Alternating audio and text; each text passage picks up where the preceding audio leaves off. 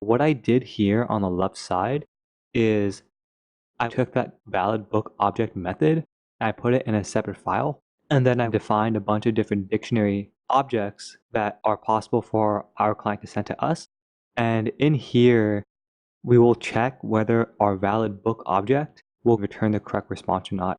And this is all in the test.py file that you can see is in my current directory. What I'm going to do is in this current directory, I'm going to import everything.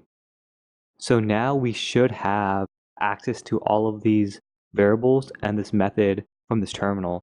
What I'll do is I'll first pass in a valid object. And this is a valid object because this book has a name, it has a price, and it has an ISBN.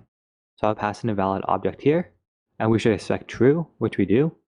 Now this second one, it is missing a name for the book. So this should be incorrect. And in this scenario, we shouldn't add this book to our store. So our valid book object returns false as expected. In this third scenario, we're missing the price instead of the name, and this also returns false. And even if we miss the ISBN, which is the fourth scenario, this returns false as well.